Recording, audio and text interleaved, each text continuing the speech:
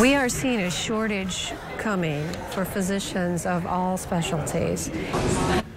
You get sick, you see your doctor, but soon it may not be that easy. We are facing a doctor shortage like never before, and that could affect your care. We wanted to find out what's behind this shortage and what it's going to mean for you and your family. We took our questions to Medical Mile in Grand Rapids, to Michigan State University's College of Human Medicine. They're training tomorrow's doctors, but they say it's not enough.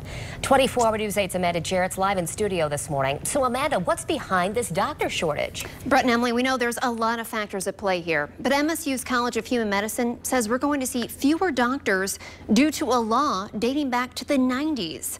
Our medical schools say if a law put in place 23 years ago doesn't change, it's going to affect you in the future. It's that residency position that is in short supply across the country. Training doctors need to practice. The Association of American Medical Colleges says the residency programs are in jeopardy due to a 1997 law. That's when Congress capped the cash flow to residency programs.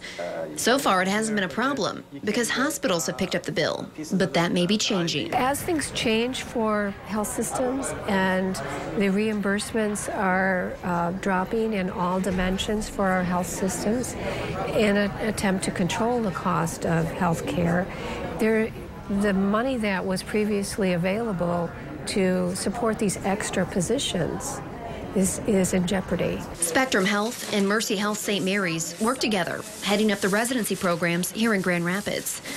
Our hospitals say the lack of funding is a national issue that's affecting everyone. Spectrum released a statement to us, saying in part, continued cuts in federal funding make it harder for us and others to continue to meet our obligations moving forward. Mercy Health St. Mary's echoed those sentiments, saying, both institutions are stressed by the total number of learners needing experience because med students will be graduating, but residency slots may not be waiting for them. Here's how this all breaks down for you. The Association of American Medical Colleges says we will see a shortage of 4,400 doctors here in Michigan and 91,000 fewer doctors nationwide, all by 2020. They expect that number to surpass 130,000 by 2025. Less money, fewer positions, fewer doctors to help you. Access to care is going to be the biggest question. How long people have to wait to get an appointment? Right. It's a question right now. It's a serious problem right now. Leaving uncertainty in doctors' offices and waiting rooms across the country.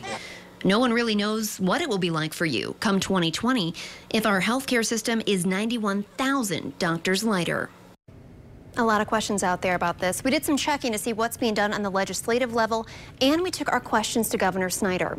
Tomorrow on Daybreak, you'll hear what we found out and what changes our medical schools have put in place in hopes of getting more doctors into the workforce. A huge challenge for them. Huge. Now, I know a lot of people will ask, does this have anything to do with the Affordable Care Act? Well, obviously, there's a lot going on with our healthcare system right now, and that's something people are going to wonder about this story. Dean Rapley says this is completely out of the scope of the Affordable Care Act, that this shortage really is just due to the lack of residency funding, as well as a couple other factors in this. A third of our current practicing doctors are going to be retired by 2020. A third. Wow. That's a huge number. And our aging population. But she says the main thing that they're focused on is that residency funding because they believe it could be easily solved. Can you put this in perspective, though? 4,400 doctors compared to how many are in business right now? Right, 4,400 doctors in Michigan. That's the latest numbers by the AAMC that we're going to see a shortage by 2020. We did some checking, and we know there are 30,000 licensed doctors in Michigan right now. So when you stack that up, 4,400 compared to 30,000, that's quite a chunk of our workforce. Yes, it is. Yeah. So what do we do about this?